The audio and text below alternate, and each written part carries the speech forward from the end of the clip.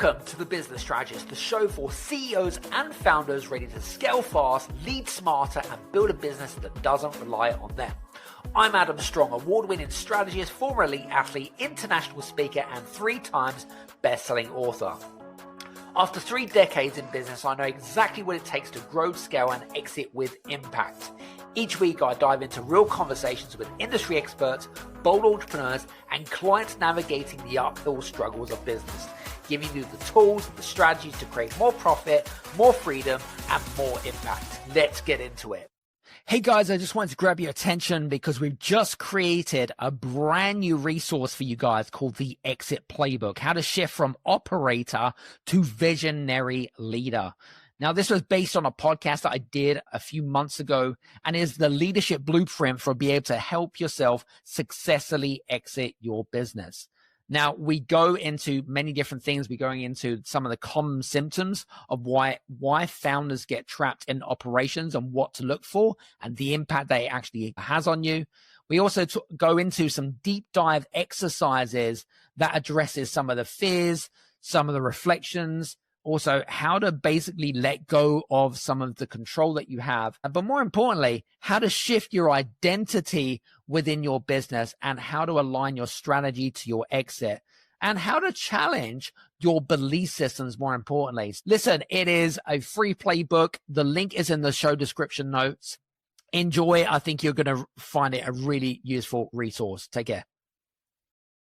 Back to school means new schedules and a long list of to-dos. Check wellness off the list with Ollie, the #1 kids supplement brand that offers effortless solutions for your fam. Kids Multi-Plus Probiotic is a tasty essential kids love. Make bedtime a breeze with kids sleep, gentle support to help them rest. Ollie has parents back with multivitamins that provide key nutrients for their immune system and more. Need help shutting it down at night? Sleep gummies help you rest peacefully. Let Ollie support you and your crew this season. Shop at ollie.com or retailers nationwide. These statements have not been evaluated by the Food and Drug Administration. This product is not intended to diagnose, treat, cure, or prevent any disease.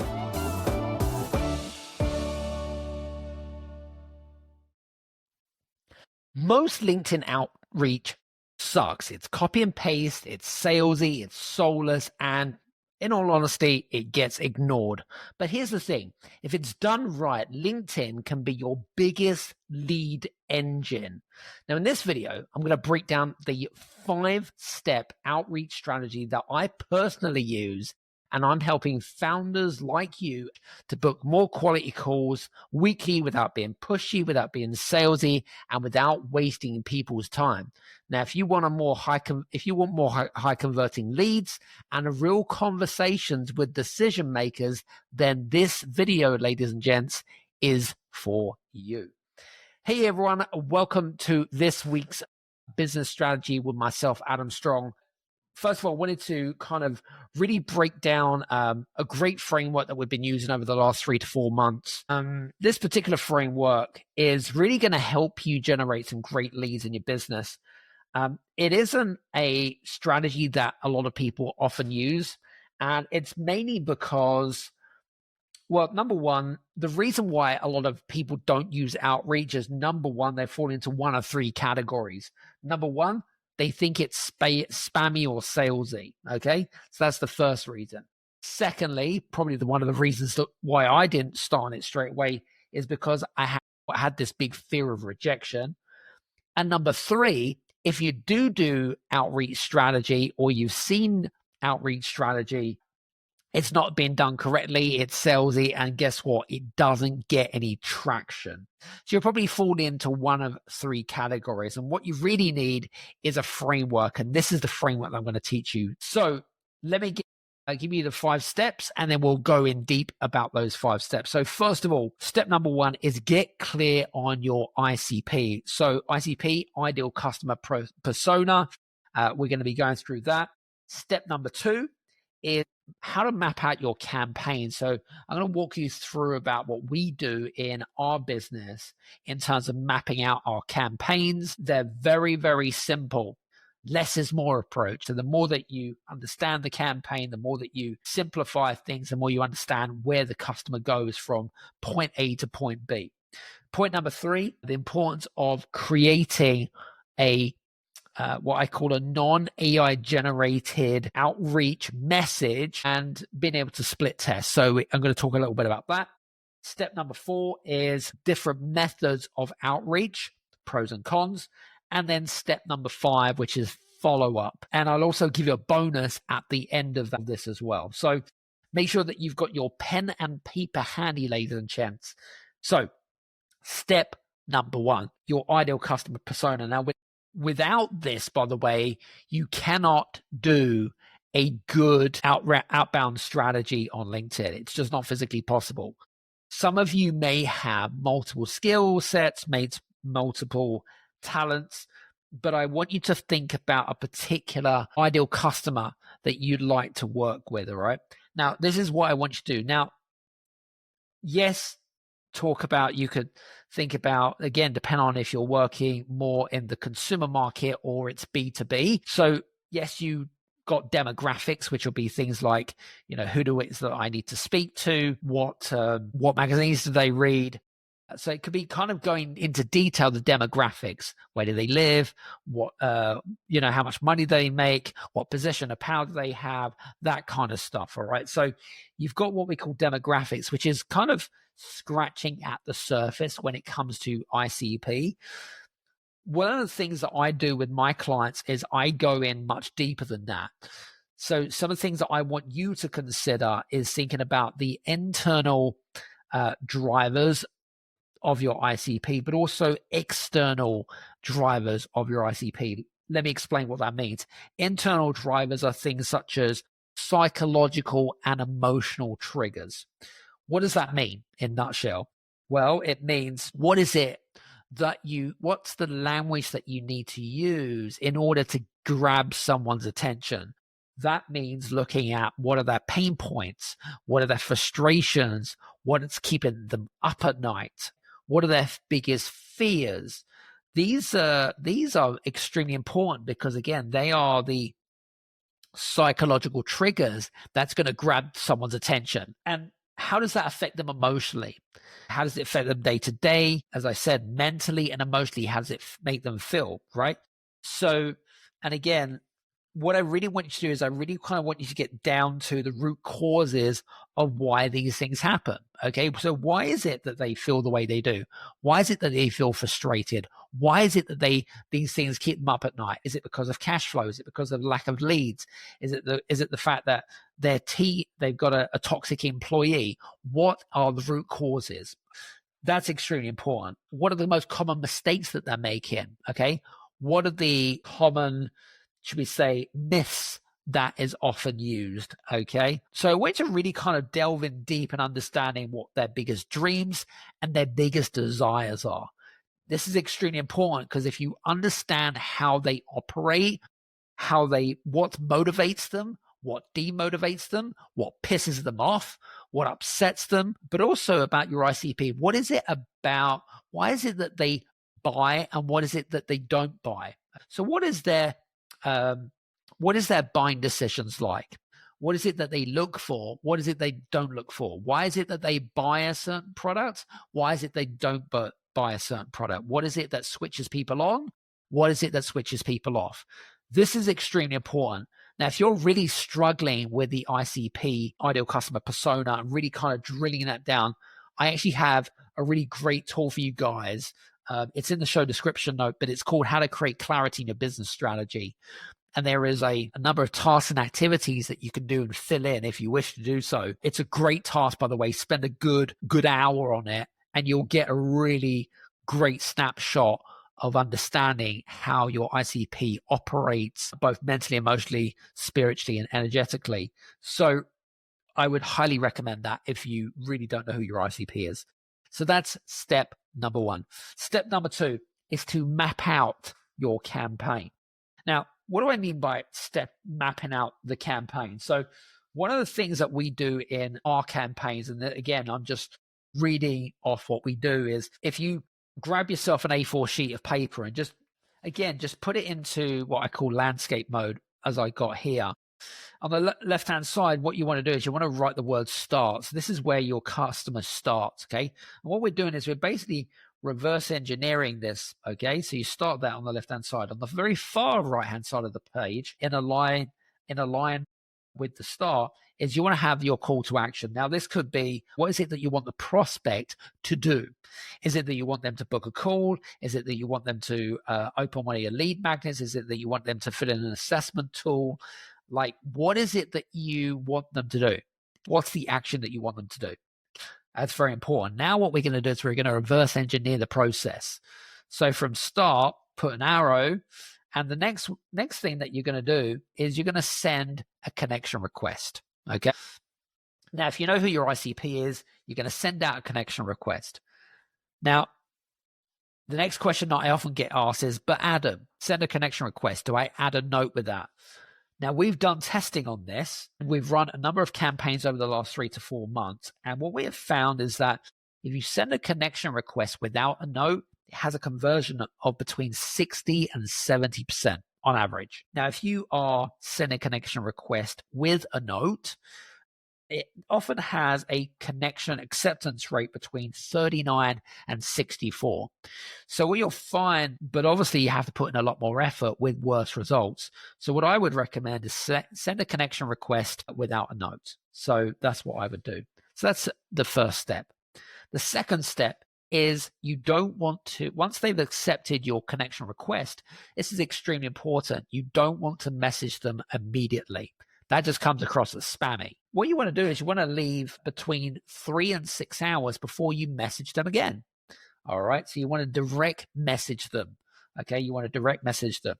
Now, we've got a number of campaigns that we're creating in the back end. We have 2 different approaches to this. And again, you can test this and see what works for you.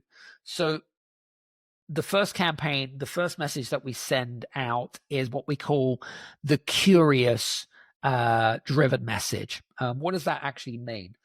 What that basically means is what I tend to do is I tend to follow certain influencers or thought leaders within my area of expertise. So in my case, it would be M&A. Okay. In your case, what would it be? Would it be accountancy? Would it be whatever it might be? But think about the influencers within your space, the experts within your space, and they may have a large following.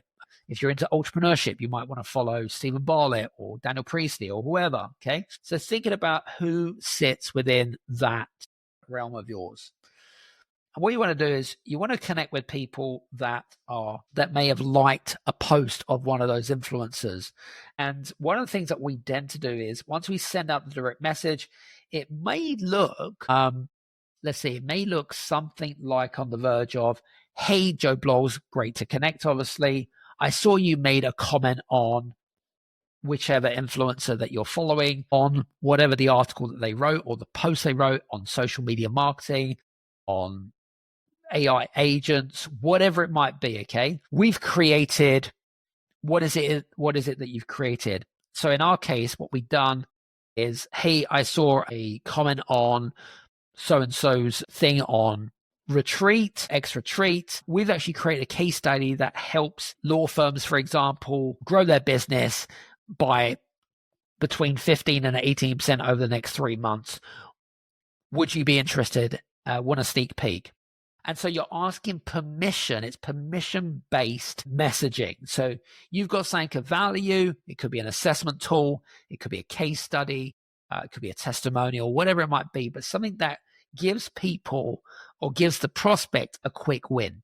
All right. Very important. You want to give them a quick win. And so you ask permission and you wait for their response. Now, the other angle that we do is what we call the direct message response, okay, which is a little bit different from the curious driven one. And it would sound like something like this. It would be, hey, Joe Blogs, great to connect. Had a quick look at your profile and I saw that you offer legal services for high net worth individuals or whatever it is that you offer for whoever it is that you offer. If I could help convert more clients, would you be that interest you, for example? Okay. So what you're doing is you're basically saying to them, you're saying to them, well, hey, I've got something here. I thought it might be of interest to you. Would you be open to having a conversation? So yeah, that's what you're trying to do. You're trying to establish rapport with the other with other person. So that is the direct approach. All right. So that is the next step. Well, if you get a response, then great. You can obviously send on any links or any gifts that you may have. It might be that you featured on a podcast and you spoke about, I don't know, whatever it is that you speak around in terms of your industry, in terms of like your area of expertise. Okay. And you'd like to get some feedback, or you thought it'd be of value to them. Okay. So you're trying to establish that trust element.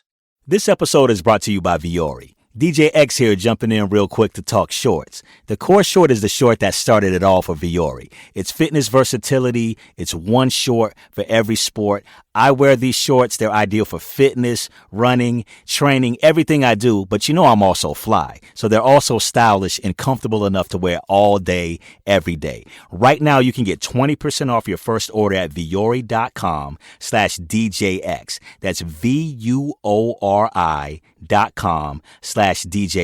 Exclusions apply. Visit the website for full terms and conditions. So that's very important. The next step is, I often get asked, is how long should I wait before I follow up? So if you get a response, then obviously you can then build a rapport off the back of that. You would send them a link to your gift or whatever it is that you're offering to them. And you may finish with a question.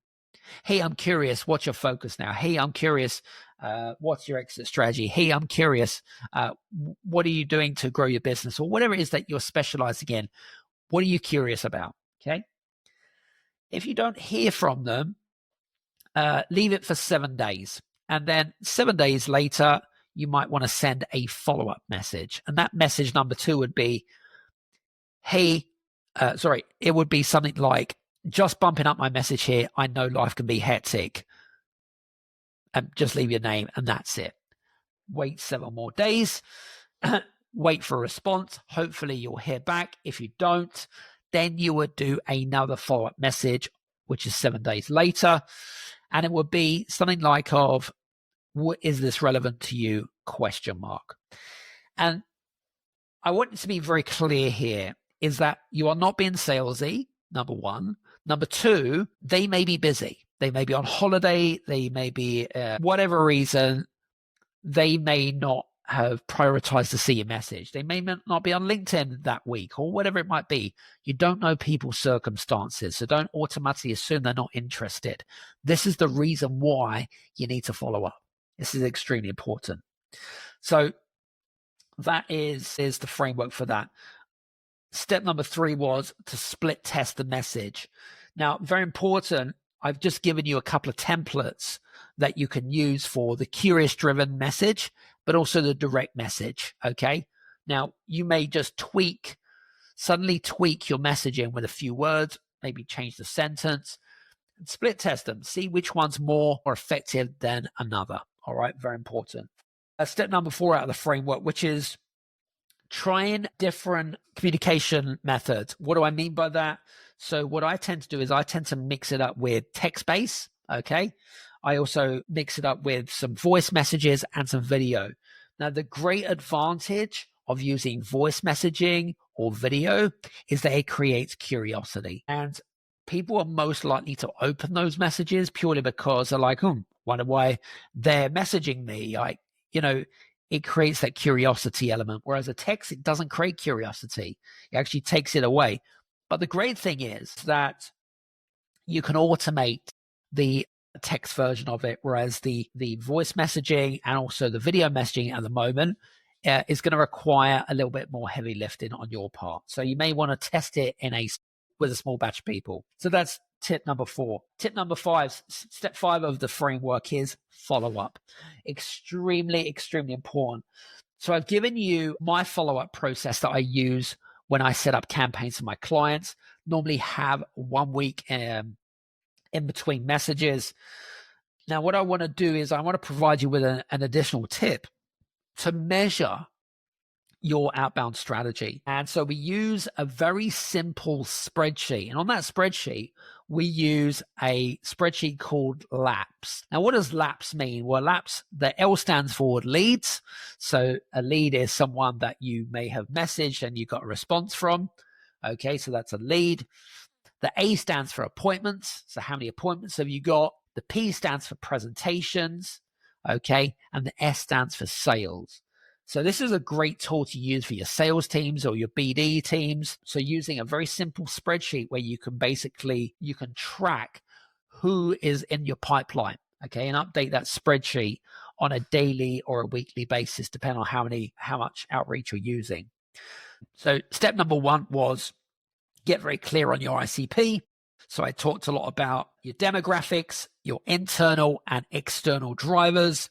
I talked a little bit about fears, pain points, problems, challenges, fears. Really get focused on understanding your ICP. So that's the first one.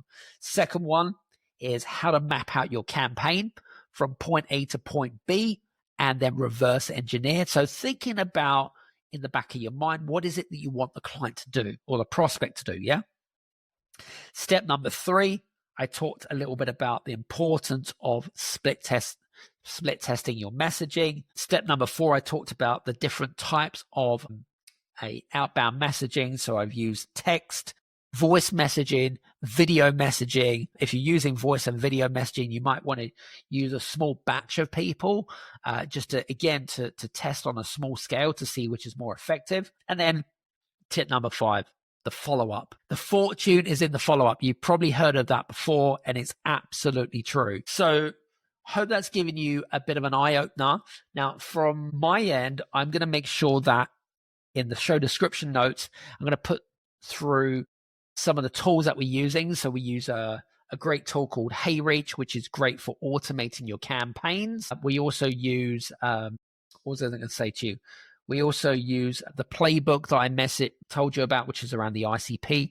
I'll put that there in the show description notes as well. And if you follow this 5-step framework, I can guarantee you that you will get a great outbound strategy. It's just a matter of experimenting, tweaking, or whatever it is. So lots of information to take in. Listen, guys, if this is the first time or many times that you listen to this, please do me a favor. What I've noticed is that a lot of people that are listening have not subscribed and follow.